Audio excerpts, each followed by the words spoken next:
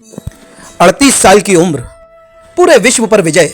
फिर भी मां ने कहा, जब तक नाम के जैसा बन के नहीं दिखाओगे, नाम नहीं लूंगी। जानिए पूज्य मुनि श्री विनम्र सागर जी महाराज के मुखारबिंद से नाम की महिमा का सबसे बड़ा रहस्य।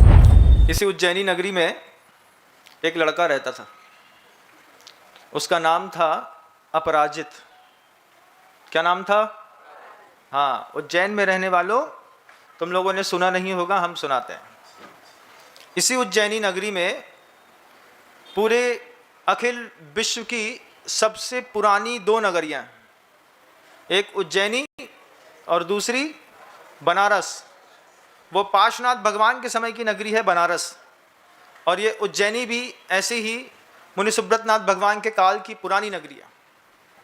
इसमें एक अपराजित नाम का लड़का रहता था। कैसे रहता होगा? आज तो बहुत बदल गया, काल परिवर्तन हो गए, रोडें बन गई, मकाने बन गए। उस वक्त भी कुछ होगा। तो उसके पिता ने उसका नाम रखा अपराजित। पिता चाहते थे, पिता बहुत बड़े श्रेष्ठी भी थे और बहुत बलशाली भी थे, पहलवान थे। तो पहलवान का लड़का अच्छा मस्त बढ़िया हुआ, तो पिता ने माँ से पूछे बिना बच्चे का नाम अपराजित रख दिया। जब माँ का नाम अपराजित रखा, बच्चे का नाम अपराजित रखा, तो बच्चा धीरे धीरे बड़ा होने लगा। नाम है, ठीक है। बच्चे को बहुत दिन बाद इस बात का एहसास हुआ कि माँ मेरा नाम ही नहीं लेती है। माँ अपने बच्चे का नाम ही नहीं लेती। अब जैसे ही बच्चे को इस बात का एहसास हुआ कि माँ मेरा नाम नहीं लेती है, तो उसको बहुत दुख हुआ। वो दुखी रहने लगा। दुखी रहते रहते रहते लंबा समय बीता। एक दिन माँ के पास जाकर के बोलता है, 18 साल की उम्र हो गई थी उसकी। माँ से कहता है, 18 साल का हो गया मैं, बस एक बात का गम है, तू मेरा नाम क्यों नहीं लेती है? मुझे नाम लेके बुलाने में तेरा क्या जाता है? मेरी माँ है तू। माँ ने बच्चे से कहा, तेरा जो नाम है ऐसा तू जब बन के बताएगा तब तेरा नाम लूंगी। माँ ने क्या बोला? तेरा नाम क्या है? अपराजित। नाम नहीं लिया उस वक्त भी, बस ये बोला, तेरा जो तेरे पिता ने नाम रखा है, तू ऐसा जब बन के बताएगा तब तेरा नाम लूंगी, उसके पहले तेरा नाम नहीं लूंगी। और ये बात सुनकर के 18 साल का लड़का था, गंभीरता कितनी होती। पिता पहलवान थे, मल्ल युद्ध करते थे और श्रेष्ठी भी थे, तो उसने पिता का मल्ल युद्ध का अभ्यास करना सीख लिया। वो गया, मल्ल युद्ध करता, सीखता, अखाड़े में जा करके 8-8 घंटे मेहनत करता, घर में आता, बहुत अच्छे से भोजन इत्यादि करता, शरीर पुष्ट करता।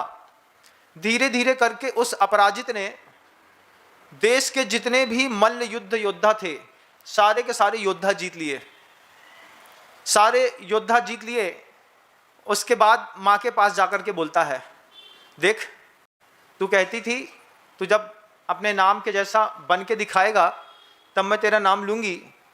आज पूरे देश में मुझसे बड़ा कोई योद्धा नहीं है, मैंने सबको मल्ल युद्ध में हराया है, अब तू मेरा नाम ले, मुझे अच्छा लगेगा। माँ कहती है, अपने देश के मल्लों को हरा देने से कोई तो बहुत बड़ा श्रेष्ठ नहीं बन जाता। फिर बोले, पूरा विश्व पड़ा हुआ है, विश्व में वो विश्व का विजेता बना बंधु। उसने हर युद्ध जीते, हर युद्ध जीत करके जीत हासिल करी और माँ के पास आया। उम्र उस समय करीब 35-38 वर्ष की हो गई उसकी, अपराजित की, युद्ध लड़के मल्ल जीतते हुए। और माँ के पास आकर के 38 वर्ष की उम्र में कहता है, देख, अब तो मैं पूरा विश्व जीत आया, अब तो तू मेरा नाम ले। तब भी माँ कहती है कि तू गलत रास्ते चल रहा है। मैंने एक दिन कहा था ना कि तेरे पिता ने जो तेरा नाम रखा है वैसा तू बन के दिखाएगा तब मैं तेरा नाम लूंगी। और वह अपराजित फिर 38 वर्ष की उम्र में फिर गहराई में डूबता है कि माँ मुझे किस चीज़ में जिताना चाहती है। बहिरंग का तो कोई शत्रु बचा नहीं, फिर अचानक उसकी स्मृति में अपना ही अंतरंग उतर गया। अंतरंग में जब जाकर के उसने देखा कि माँ शायद ये चाहती होगी, मिथ्यात्व है, चार कसाएं हैं, संज्ञा है, इंद्रिय का असंयम है, लेश्या है, ज्ञान का दुरुपयोग है, इन सारी चीज़ों से इंसान हमेशा हारता है। आचार्यों ने इस बात को स्पष्ट लिखा है, हर एक इंसान इन 11 चीज़ों से हमेशा हारा अपने आप में। सन्नाओ तिलेशा इंदी वसदा या अठरुद्दाणी नानम चदुपौत्तम मोहो पाव पदा होदी। ये 11 स्थान ऐसे थे, हर इंसान इस चीज़ से हारा है। आहार से संज्ञाएं 4 होती है ना, आहार संज्ञा, भय संज्ञा, मैथुन संज्ञा और परिग्रह संज्ञा। भोजन तो मिलता है, भोजन मिलता है, भोजन करने को संज्ञा नहीं कहते। भोजन में कुछ विशेष चाहिए।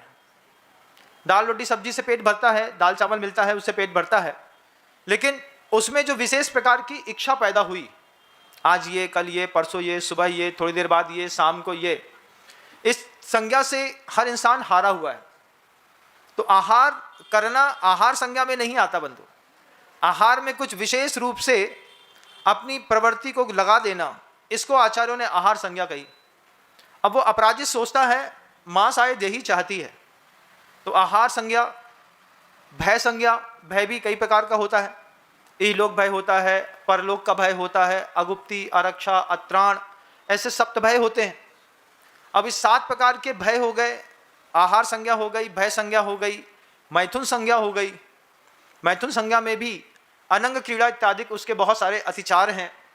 और मैथुन भी अगर संतान की उत्पत्ति के निमित्त से ना करके वासना के पूर्ति के निमित्त से करते हैं, तो वह मैथुन भी मैथुन संज्ञा के अंतर्गत आता है। गृहस्थ ने जब भी विवाह किया है, विवाह का प्रतिफल चाहा है। विवाह का प्रतिफल क्या है महाराज?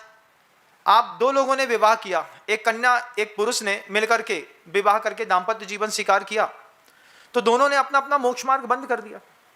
कन्या थी, अगर चाहती तो आरिका बन सकती थी, एक लड़का था, चाहता तो मुनि बन सकता था, लेकिन दोनों ने अपना अपना मोक्ष मार्ग नष्ट कर दिया। अब गृहस्थ धर्म में अगर वो दीक्षित हुआ है, तो उसकी जवाबदारी है कि 2 लोगों का मोक्ष मार्ग जो उसने बंद कर दिया है, उसका प्रायश्चित करे। प्रायश्चित कैसे करते हैं? गृहस्थ का प्रायश्चित है संतान की उत्पत्ति, और संतान को उत्पन्न करके उसको मोक्ष मार्ग में लगाने वाले गृहस्थ दंपतियों का गृहस्थ जीवन का प्रायश्चित सफल होता है। वैदिक संप्रदाय में तो लिखी है ये बात, अपुत्रस्य गतिर नास्ति। लेकिन अगर आप अपने जीवन काल में भी देखें, तो जो इंद्रिय के असंयम के कारण भोग इत्यादि की क्रियाएं करते हैं, उनको भी पाप का कारण कहा। लेकिन धर्म की संतति, धर्म का प्रवाह चलता रहे, शासन सुरक्षित बना रहे, परंपराएं सुरक्षित बनी रहे, इसलिए संतानों की आवश्यकता है। इस विचार को मध्य में रख करके जो लोग संतान की उत्पत्ति करते हैं, उसको काम पुरुषार्थ कहते हैं। काम पुरुषार्थ में और मैथुन संज्ञा में जमीन आसमान का अंतर है। इसमें आप सब भी देखिएगा कि जो राजा होते थे, राजा की जो पटरानी होती थी और जो अन्य रानियां होती थीं, तो राजा जो था वो कभी भी अपनी पटरानी के साथ यदवा तदवा भोग नहीं करता था। वो दूसरी रानियों के पास तो चला जाएगा, लेकिन पटरानी को अपना ब्रह्मचर्य सुरक्षित रखना पड़ता था। और पटरानी से वो जो संतान की उत्पत्ति होती थी, विशेष नक्षत्र विशेष मुहूर्त में ऋषियों की मुनियों की आज्ञा लेकर के विधिवत, जैसा कि पद्म पुराणकार ने अंतिम 100 पृष्ठों पर इस बात को लिखा है, आदि पुराणकार ने, उस बात के हिसाब से जब संतान उत्पन्न होती थी तो उसको राजा बनाते थे। तो काम पुरुषार्थ में और मैथुन संज्ञा में जमीन आसमान का अंतर है। तो ये अपराजित धीरे धीरे करके शास्त्रों की गहराई में इतना उतर गया कि आहार संज्ञा की विस्तृत व्याख्या समझी, भय संज्ञा को समझा, मैथुन संज्ञा को समझा, परिग्रह संज्ञा को समझा, 3 लेशाएं समझी, कृष्ण लील कापोत जो संसार का कारण है, उसके बाद इंद्री वसदा इंद्रियों की वशीभूत होकर के होने वाला प्रवाह देखा, तो 5 इंद्रियों के संयम को अपनाया, आर्त ध्यान और रौद्र ध्यान से मुक्त होने के उपाय खोजे। उसके बाद एक और बड़ी चीज होती है ज्ञान का दुरुपयोग करना। तो ज्ञान का दुरुपयोग भी नाना प्रकार की चीजों में आप धीरे धीरे करके करते रहते हैं। उस ज्ञान के दुरुपयोग से भी वो मुक्त हुआ। और एक दिन ऐसी स्थिति आई कि नगर में इस बात का कोलाहल हुआ कि उस श्रेष्ठी के पुत्र की आज मुनि दीक्षा होने जा रही है। जब उस श्रेष्ठी के पुत्र की मुनि दीक्षा की बिनौली निकल रही थी, उसने अपनी मां के पास जाकर के कहा, अब तो मेरा नाम ले ले। तो वो मां कहती है, अभी तेरी गति सुधरी नहीं है, अभी भी तेरे मन के अंदर विकल्प है, इस विकल्प से मुक्त होगा फिर आऊंगी तेरे पास। और उसने दीक्षा ली। दीक्षा लेकर के अपने साधना के काल में जब वो शुद्धोपयोग सामायिक में बैठा, तब उसकी माँ अपने पति के साथ, मतलब माता पिता दोनों आए, थालियों में द्रव्य भर भर के, और कहते हैं, हे अपराजित स्वामी, आज आपने मेरी कोख धन्य कर दी। जीवन ऐसा भी होता है। आप अपने बच्चे का नाम गोलू, मोलू, पप्पू, चिंटू कुछ भी रख देती हैं, 1000 बार बोलती हैं, न बच्चे को अपने नाम की कीमत होती है, न आपको बच्चे की कीमत होती है। मैं भोपाल में था, तो एक कार्यकर्ता हैं बहुत अच्छे, राकेश जी, OSD। तो हमने उनसे पूछा, तुम्हारी माँ ने तुम्हारा नाम राकेश सोचकर क्या सोच करके रखा? वो कहते हैं, महाराज, बोले राहु, केतु और शनि जहां एक साथ दिखाई दे जाए उसका नाम राकेश होता है। रा से राहु, के से केतु, सा से शनि। तो राहु, केतु, शनि तीनों हम ही हैं महाराज, इसलिए हमारी माँ ने हमारा नाम राकेश रख दिया। अब आपकी माँ ने भी, आपके पिता ने, आपके परिवार वालों ने आपका नाम रखा होगा, कुछ ना कुछ तो रखा होगा। किसी का चिंटू रखा होगा, किसी का गोलू रखा होगा, किसी का कुछ रखा होगा। एक बार आत्ममंथन करके देखिएगा, जब मैं पैदा हुआ होऊंगा, एक बार अपने प्रत्यय विज्ञान को लगा के देखिएगा, जब माँ की गोद में रहा होऊंगा, परिवार का माहौल रहा होगा, मेरे माता पिता, परिवार वालों ने क्या सोच करके मेरा नाम रखा है, क्या सोच करके। जैसे मेरा नाम गुरुदेव ने विनम्र रखा, तो शुरुआत में तो मैंने गलत ही सुन लिया था, थोड़ा लेट पहुंचा था, दीक्षा मेरी थोड़ी लेट हुई तो नंबर खिसक गया, पीछे 20 नंबर में पहुंचा और दीक्षा हो गई। दीक्षा हो गई, आचार्य बोल रहे थे, अब उत्साह था, दिमाग तो काम कर ही नहीं रहा था, केसलो छुए थे, उपवास था, दीक्षा भी है, भूख भी लगी है, प्यास भी है, गर्मी भी है, और आचार्य ने नाम बोल दिया। नाम बोल दिया तो मैंने अपना नाम सुना, विलंब सागर। क्या नाम सुना? हाँ, कि आचार्य ने मेरा नाम थोड़ा लेट आया है, इसका नाम विलंब सागर रख दो। हमने कहा जिंदगी भर के लिए टंटा हो गया, मेरा नाम विलंब सागर रख दिया आचार्य जी ने। फिर मैं दूसरे दिन गया आचार्य के पास, गुरुदेव के पास गया, भक्ति करके बैठा, आचार्य के पैर छू करके हाथ जोड़ करके बोला गुरुदेव से, गुरुदेव मैं कल अपना नाम नहीं सुन पाया था, आप मेरा नाम बता दीजिए। आचार्य ऐसे देख के मुस्कुराए, अच्छा आप? फिर उन्होंने अपना कागज उठाया,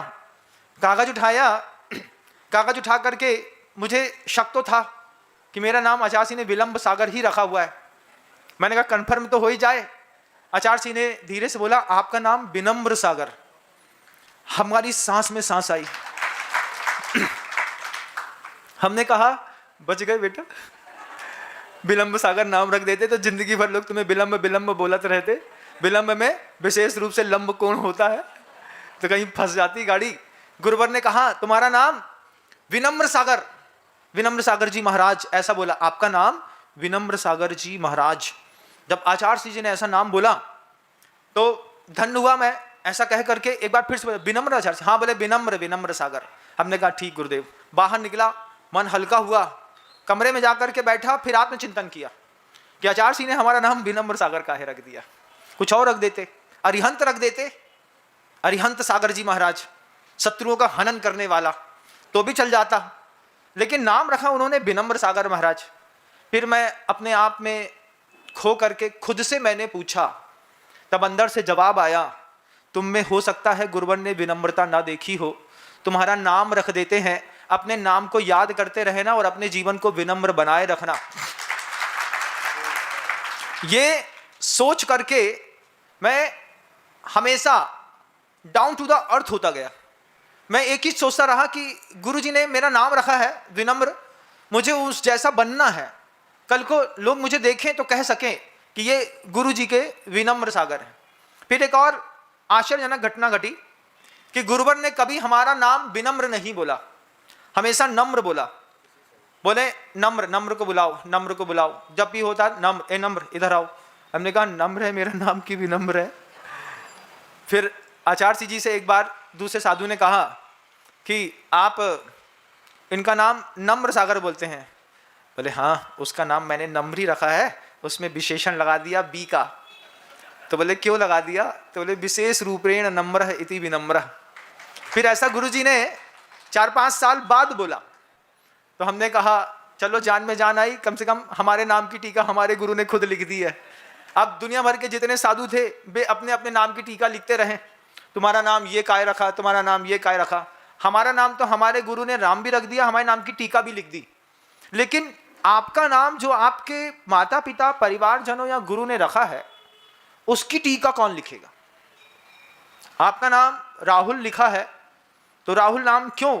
पता राहुल नाम कहां से आया? गौतम ये बुद्ध थे ना, बुद्ध और बुद्ध की एक पत्नी थी, तो दोनों से पुत्र की उत्पत्ति हुई। तो पुत्र की जैसे ही उत्पत्ति हुई तो बुद्ध के मुख से निकला ये राहु आ गया। राहु क्या होता है? पुत्र आता है तो पति और पत्नी के बीच का स्नेह खत्म हो जाता है, पत्नी बच्चे पे लग जाती है। जब भी घर में किच किच पिच पिच होती है, थोड़ा सा लेवल बढ़ता है, घर वाले बोलते कछु नहीं है भैया, इन्हें एक संतान दे दो, जो संतान में लग जाए तुमसे टंटा खत्म हो जाए। तो जैसे ही बुद्ध ने देखा कि पुत्र की उत्पत्ति हुई है, तो बुद्ध ने कहा कि ये मेरी पत्नी के बीच में राहु आ गया है और उसका नाम राहुल रख दिया। ऐसे नाम राहुल रखा गया।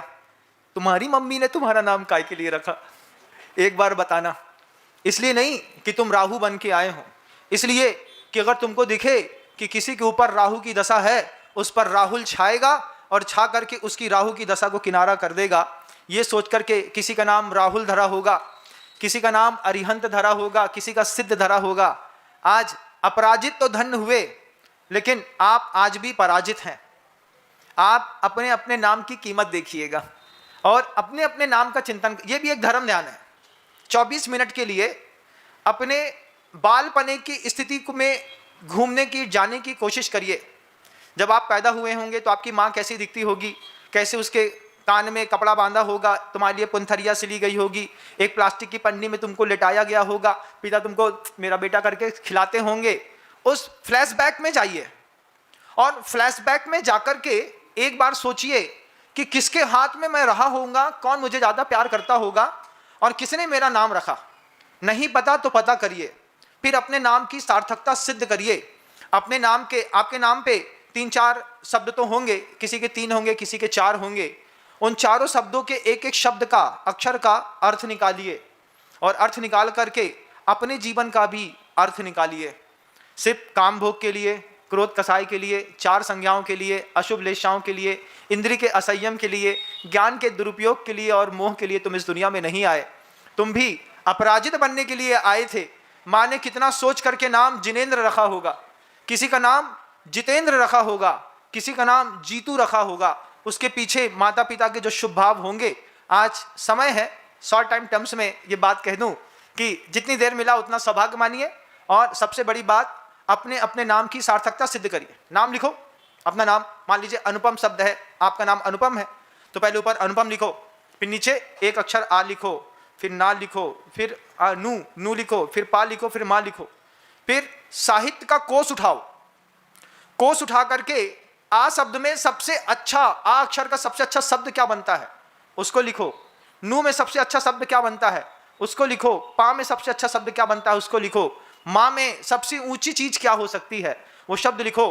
फिर अपने नाम की सार्थकता सिद्ध करो और अपने नाम के अनुरूप भी जीवन जी गए तो आपको एक नया रास्ता मिलेगा। शब्द को विराम देता हूँ। गुरुदेव श्री विद्यासागर जी महाराज।